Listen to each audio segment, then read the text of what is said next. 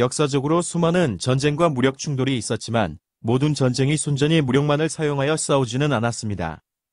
그 일례로 일제시기 우리나라의 명맥을 끊기 위해 백두대간을 비롯한 수많은 산에 쇠마뚝을 박은 것처럼 중국 역사에서도 풍수를 이용한 명맥 끊기 작전이 있었다고 합니다. 이 사건은 농민반란을 일으켜 명나라를 멸망시킨 이자성과 명나라 마지막 황제였던 숭정제 사이에 있었던 이야기입니다. 숭정제가 황제의 자리에 오른 다음 해인 1629년 감숙성 장액시에서 군인 생활을 하던 이자성은 식량 배급이 제대로 되지 않자 반란을 일으켜 그 지역을 장악하고 중원에 속했던 하남성 일대로 건너가 장헌충 등 13개 세력이 이끄는 농민반란군들과 합세하게 됩니다. 그러던 1637년 명나라 황제 숭정제는 수십만의 군사를 보내 농민반란군을 토벌하도록 하는데 이 소식을 전해 들은 많은 반란군들이 도망을 갔으나 장헌충은 결사항전을 다짐하며 자신의 2만여 군사를 이끌고 안위성 봉영이라는 곳을 공격합니다. 그곳을 공격한 이유는 주원장이 명나라를 세우고 황제가 될 수 있었던 이유가 바로 천하제일명당터인 봉영에 조상이 묘소를 썼다는 것을 알게 되었으며 아울러 주원장이 황제가 되기 전에 출가했던 황각사라는 절이 봉영에 있었기 때문입니다. 먼저 주원장의 조상묘가 봉영의 명당자리에 들어서게 된 사연은 이러했다고 합니다. 주원장의 할아버지인 주초일은 가난한 집안 출신으로 부잣집의 돼지를 길러주는 일을 하며 생계를 유지하고 있었다고 합니다. 그렇게 돼지를 방목하던 어느 날 피곤한 나머지 숲을 속에서 잠시 잠을 자고 있는데 나이 지긋한 도사와 제자 한 명이 산길을 지나가면서 나누는 이야기를 우연히 듣게 됩니다.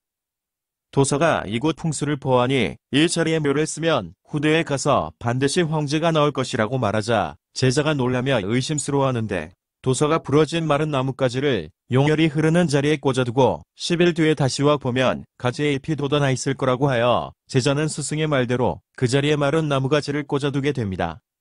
이 일련의 이야기들을 몰래 들은 주원장의 할아버지는 10일 후 이른 아침에 그 자리에 가보게 되는데 도사 말처럼 정말로 마른 가지에 쇠잎이 돋아있는 것을 보게 됩니다. 그리고 기지를 발휘하여 얼른 그 잎이 난 가지를 뽑아버리고 다시 마른 나무가지를 그 자리에 꽂아둡니다.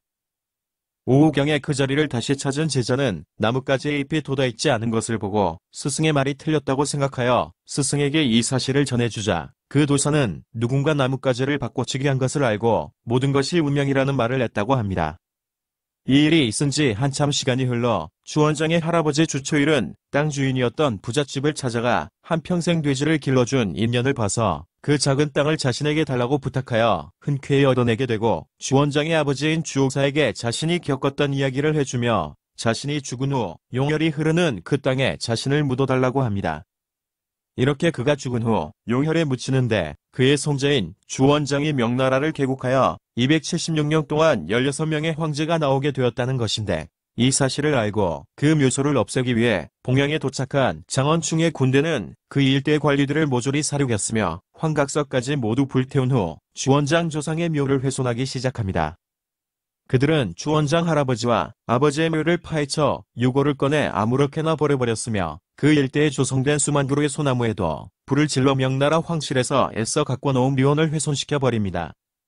이렇게 숭정제가 즉위한 지 5년째 되는 해에 조상의 묘소가 파헤쳐졌는데 신기하게도 그 이후부터 승승장구하던 명나라 군대가 패전을 이어갔으며 밀리던 농민반란군들이 다시 승기를 잡기 시작했다고 합니다.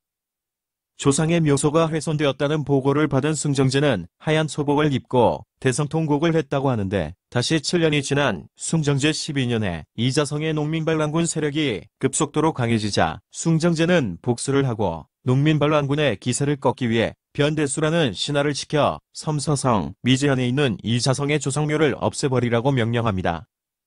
이자성의 고향으로 내려간 변대수는 이자성 조상묘를 쉽게 찾지 못했는데 이자성의 친척이었던 이성을 통해 이자성 조상의 묘소에는 비석을 세우지 않았으며 대신 묘소 앞에 검정색 도자기 조각을 묻어두었다는 것을 알게 되고 대대적인 수색 작업 끝에 마침내 검정색 도자기가 묻혀있는 이자성 조부의 묘를 발견하게 됩니다.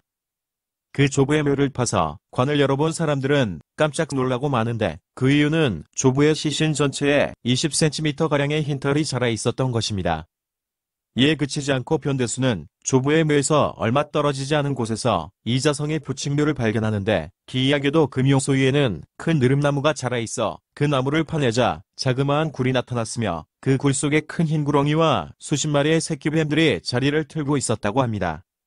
이에 병대수는 구렁이의 목을 베고 새끼뱀들은 모조리 불태워 죽여버린 후 관뚜껑을 열어보았더니 역시나 조부의 것과 마찬가지로 시신 전체에 흰털이 자라있었다고 합니다.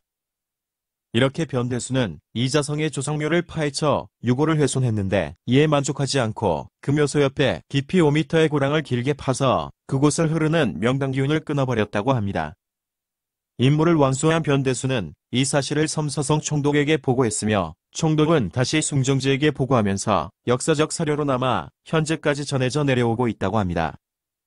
그럼 과연 이렇게 조상묘를 훼손하여 가문의 기운을 끊는다는 것이 실제로 효과가 있었을까요? 먼저 숭정제의 경우를 보면 조상의 묘가 훼손된 지 11년 만인 1644년에 이자성에 의해 북경이 함락되어 명나라가 망하자 처자식을 죽이고 스스로 자결을 했다고 합니다. 그리고 이자성의 경우에는 조상의 묘가 파헤쳐진 지 4년 만인 1644년 북경을 함락시킨 후 대순이라는 나라를 세워 황제로 등극했지만 황제가 된 첫날에 청나라군이 쳐들어오는 바람에 북경을 버리고 고향으로 달아났다가 이듬해인 1645년에 자신이 멸망시킨 명나라를 따르는 무장 세력에게 살해되었다고 합니다. 이처럼 명당자리에 조상의 묘를 쓰면 크게 흥하고 조상의 묘를 건들면 화가 미친다는 미신 같은 이야기지만 숭정제와 이자성의 사례를 두고 보면 우리가 느끼지 못하는 현묘한 기운이 세상에 존재하는 것이 아닌가 하는 생각을 해보게 됩니다. 오늘도 시청해주셔서 감사합니다. 시간 나시면 구독, 좋아요 부탁드립니다.